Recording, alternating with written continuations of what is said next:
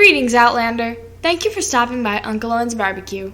A change has taken place and you are in danger of not keeping track of communiques regarding our updated manifest. Don't be frightened, an eye exam may not be necessary. I am Dr. Afra. Unfortunately, optometry is only a hobby of mine, but I can recommend you to Dr. Cornelius Avanzan. After one treatment with him, you won't believe what you'll look like. But you didn't come here for ocular assistance, and if you do need glasses, grab a couple, pour some blue milk into them, stir, and enjoy. Now let's meet our new arrivals. Mace Windu, TVC 35. This variant of Jedi Master Windu is probably the best this character's toy variant has ever been. Its articulation delivers multiple different ways to enjoy prequel playtime. But what stands this apart from versions not TVC are the similarities the figure possesses of the real person who brought that character to life. M.L. Jackson. One could do worse than having such an uncanny resemblance made of them, or being given a proper card back memorializing that figure's inner core enlightenment. And the winner of the luckiest far, far away effigy award goes to Samuel L. Jackson. Rey, TVC 116. This version is almost identical to the 3 3/4 inch Black Series variant, except this one has a more cosmetically enhanced face. Both releases of the Jakku Rey have swappable heads with a wrapped hood and goggles appearance. An accessory one could be compelled to combine for the use of Rey's custom-built land speeder. But because of its limited arm motion, it is lacking the acrobatic maneuverability to catch any derelict ledge to which she may be jumping in a collapsed Star Destroyer.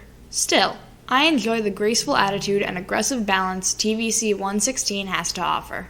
First Order Stormtrooper, TVC 118. Each one is equipped with a flexible plating that comprises a much lighter armor than an Imperial trooper had access to. But don't let that dissuade you from mounting an assault. You don't have to be a marksman to take out one of these highly posable abducted and inducted soldiers. Why, even a sloppy shot with a lousy blaster can reserve a seat on the next transport to the afterlife for any First Order Stormtrooper. Sith Jet Trooper, TVC 159.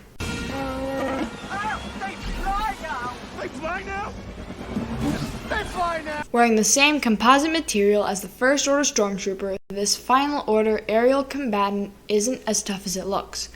Sure, it has a jetpack. He has a jetpack. So did the Rocketeer. Really cool. That said, it is more technologically advanced than any sophisticated Mandalorian jetpack. Nevertheless, no dark side ability conjured or move these boy band rejects could muster to bust could ever extend their short lifespan. And not short enough it was. The Child, TVC 184. Many variations of this figure have been produced, with only slight dissimilarities. This version was released with a pram, and while the accompanied accessory does seem a little small, the main focus here is probably just that. The pram. Packaged with the pram is our infant-esque Tridarian, and even a small Sorgan frog. This baby Ewok-sized figure is perfect for any scene you want to recreate or any story you wish to devise, with or without the pram. Yoda, TVC 218. This familiar-looking species is perfectly suited for isolation on Dagobah. He is ready for a recreation depicting any Empire scene, or the eventual death of the Grandmaster Jedi. He just requires placement in the right spot. We found this figure magnificent for our display of The Force Unleashed, where Yoda gives vague guidance to Galen Merrick. He also comes with a blue backpack. Shove him in the Jansport, take him for a ride. Dagobah doesn't have any laws. You can do whatever you want. Tusken Warrior, TVC 279. This female Tusken was the underestimated opponent of Boba Fett after the aging bounty hunter's failed escape. Proving his determination against a rival he could not beat, she became his teacher in the passionate cruelty utilized in Gaddafi fighting. There are more Tuskens in unique variety, and in time we will welcome them through the doors of Uncle Owen's barbecue and distribute menus to an unintelligible and possibly violent party of thirsty sand people. Boba Fett, Tusken, TVC 285. After decades of battles with many deadly fugitives, numerous mercenaries, and pursuing various bounties of hundreds of species, some of which were large non-sentient life forms, on various planets, Boba Fett is displayed here, disfigured by the stomach acids of the Sarlacc he escaped from following the Battle of Carcoon, and comes with a blaster rifle and a Gaddafi stick. From his Tuscan training and the balanced style of passion and cruelty, to an already skilled apprentice and tracking vengeance taker of those who took him in, Boba Fett has only begun to fight. HK-87, TVC 294. One of many assassin droids that were used by Morgan Elsbeth during her rule over Caladan on the planet Corvus. They are an obstacle not easily avoided, however quite simple to remove. Din Djarin proved that you can dispatch one with ease when directing the blaster proficiently at the target's head. If you or someone you know is experiencing problems with an HK-87 and your target doesn't seem to respond to any attempted execution, conserve what ammunition you can, because these things are known to not travel alone. In all actuality, you may have only given yourself a few extra seconds to soil yourself before you do it anyway. Trust me, I'm a doctor. When you die, poop leaves your butt. Morgan Elsbeth, TVC 295. Unless we get a Dathomirian Dark Arts Enhanced Night Sister offered, I don't believe that we need to see a separate variant of this character. Simply equipping her with a spear either located in the N1 Starfighter or Rescue set will ready this sorceress for any moment you can see yourself reenacting from The Mandalorian or Ahsoka. All we need now is an aged version of Kyle Reese, and we'll be in some serious business. Admiral Thrawn, Mi Thrawn Nuleroto, TVC 296. Emperor Palpatine's highly promoted and one of his most loyal subordinates. While not Force-sensitive, Thrawn was just as useful in the Sith Lord's eyes when compared to the most favorite among Imperial ranks, each of whom possessed a dedication to the Empire that few were ever able to escape, such as Darth Vader himself, Grand Moff Tarkin, and Director Orson Krennic. Highly tyrannical, there is nothing that Grand Admiral Thrawn wouldn't do for a small victory, even if many innocent life forms were to suffer, or if he were to face an expected and severe calculated loss. Ahsoka Tano, TVC 297. This is the third Ahsoka in a row that appears nearly identical. While that goes against my idea of variance, it is giving us the opportunity to use what card backs we have to make one scene for each figure. Apart from the soft goods cloak in the deluxe pack, not so much of a difference exists among the three. What we need is Ahsoka Tano in white. To say the least. Pre Vizsla, TVC 299. A descendant of Darksaber creator Tar Vizsla. Nepotism isn't something that guarantees your lineage succession, as this Mandalorian would contest had he not been removed before Imperial reign began. After trusting former Sith apprentice Darth Maul, power became something unimportant for him when Maul separated the Darksaber from Pre Vizsla just before separating Vizsla's head and body from one another. Hera Syndulla, TVC 300. There have been other 3 3/4-inch variants of this Twi'lek, but TVC 300 is 100% right in every sense of the word. We have been required to extricate figures from plastic bubbles, many of which I'll refer to as subpar.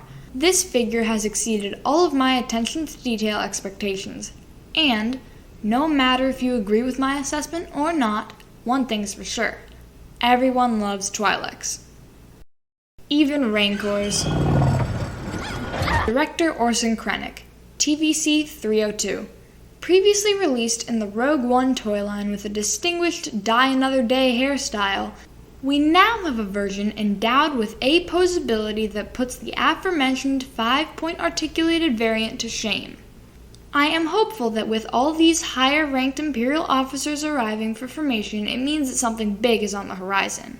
Although there's a problem on the horizon. There's no horizon. Exactly my point.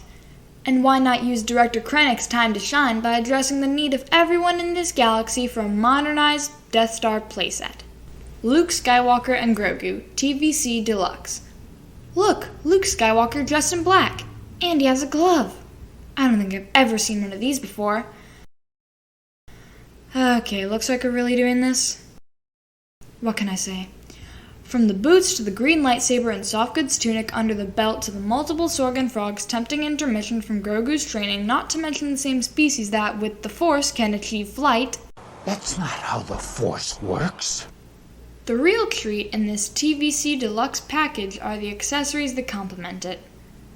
Aside from the frogs both levitating and grounded alike, this set comes with Yoda's lightsaber hilt, a mystery parcel from Din Djarin in the form of a tied cloth, as well as the article in the garment, a small Beskar tunic.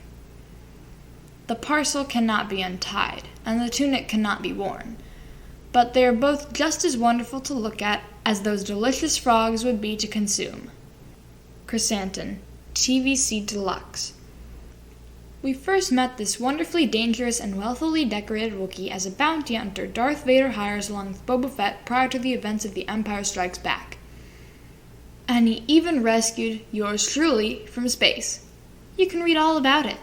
Later we see my hairy savior reincorporated in a live-action capacity when he is pitted against the eponymous Mandalorian clone by brother and sister Hutts.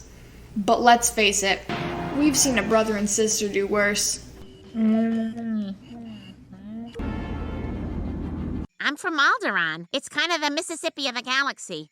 This walking carpet switches sides, joining Boba Fett, becoming one big piece within the fellowship of notorious icons from which I can anticipate future enjoyment. You know, as well as anybody, that as soon as Luke knew Leia was his sister, it was hands off. They still kiss. Maybe we can even invite Luke and Leia. They were siblings! They were siblings, you sick bastard!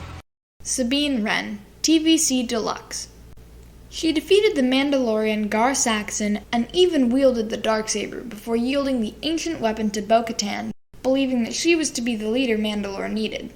Now, 10 years later, with a bit more maturity and no less disputatious gusto, this quite mini Mondo Mando is perfect for anyone's collection, and with Ezra Bridger's lightsaber, removable helmet, and most importantly, a stupendous Loth cat, there are a number of excursions Sabine can participate in before the Ghost comes in for a landing later this soul cycle. Navarro Stormtrooper, TVC Deluxe.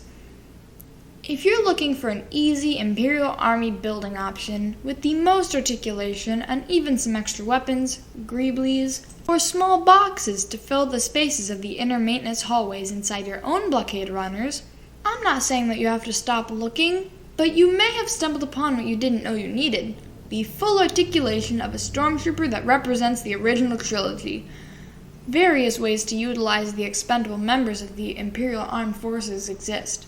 These bucketheads don't exactly need a uniqueness, but all esoteric distinctiveness you need in a stormtrooper are offered here in mass production. Tusken Warrior, TVC Deluxe. Dressed in the same attire as TVC 279, this variant comes with a sensory-pleasing domesticated reptilian that you can use for the protection of Tuskens during their nefarious activities, populating an outer space kennel, or for advertising your breed of livestock around the galaxy that you wish to serve as your own delicatessen. You can rest assured knowing that simply buying one was a good decision. Of course, if you buy more than one, it doubles the satisfaction. And I'm no mathematician, but if you multiply that by 3 or 4, by my calculations... A lot of boring math later. Thanks for dropping in to fill your appetite. Before you go, please consult the bell, and your next visit with us will be immediately reserved. If your vision needed no correcting, hit that like button. Leave a comment. Let us know if you can tell Ewoks apart. If you've ever accidentally insulted a Wookiee with incorrectly used pronunciation, what did you say? How do you personally extract milk from an angry bantha? Aside from the random cape or bandolier, why don't droids wear clothes? Clothing isn't just about protection from the elements. We obviously have fashion in Star Wars. Star Wars? I'm Dr. Afra, and no other galactic rotisserie specializing in 3 3/4-inch plastic will offer you the same content. Content such as compliments to the chef, a stylized memorial to our favorite figures of the best characters in the galaxy, and today's special, a periodical that highlights a variety of potential clientele that for now we will simply refer to as reclusive. Now, Let's get those frequently fed membership numbers increase. You can do your part. All you need to do is subscribe. We'll see you next time at Uncle Owen's Barbecue.